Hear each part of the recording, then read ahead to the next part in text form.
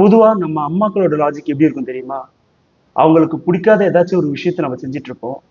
Suppose நமக்கு ஏதாச்சும் ஒரு ஹெல்த் இஷ்யூ வந்துச்சுன்னா, அது காய்ச்சலா இருக்கலாம், தலைவலியா இருக்கலாம், எதுவா இருந்தாலும் அவங்களுக்கு பிடிக்காம ஒரு விஷயத்த நம்ம செஞ்சுட்டு இருக்கோம்ல, அதுதான் காரணம். நான் எக்ஸாம்பிளுக்கு ஒண்ணு சொல்றேன். எங்க அம்மாவ பொறுத்தவரையிலும், நான் ஸ்கூல் படிக்கிற டைம்ல எனக்கு எந்த ஒரு ப்ராப்ளம் வந்தாலும், அதுக்கு காரணம் வந்து நான் அதிகமா டிவி பார்க்கறது தான்.